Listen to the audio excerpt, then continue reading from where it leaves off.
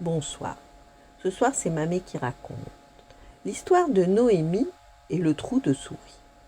Noémie est extrêmement timide. Chaque fois que quelqu'un lui adresse la parole, elle devient rouge comme une tomate.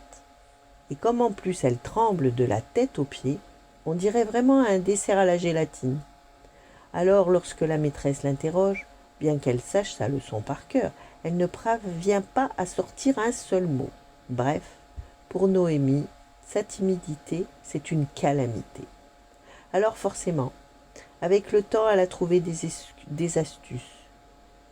Afin de passer le plus possible inaperçue, elle rentre les épaules, elle rentre le ventre, elle cache son visage derrière ses cheveux, elle parle tout bas, elle marche sur la pointe des pieds.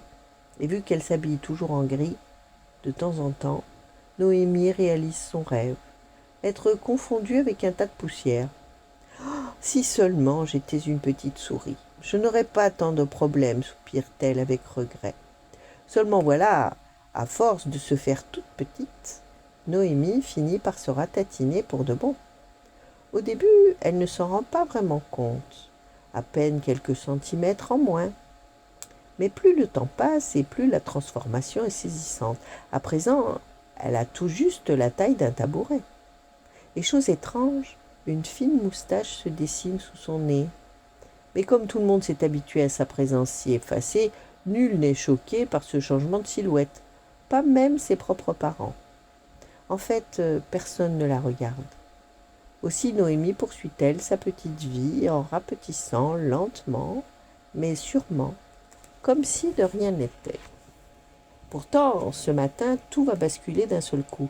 En effet, en se réveillant, Noémie fait un premier constat. Son oreiller est devenu géant.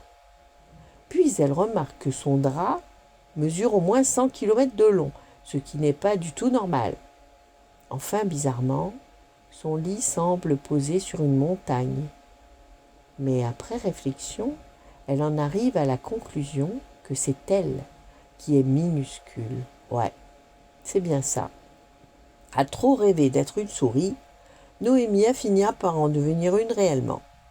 Ce qui n'est pas pour déplaire à son chat, Fripouille, un gros chartreux qui vient d'entrer dans la chambre et se lèche déjà les babines avec gourmandise.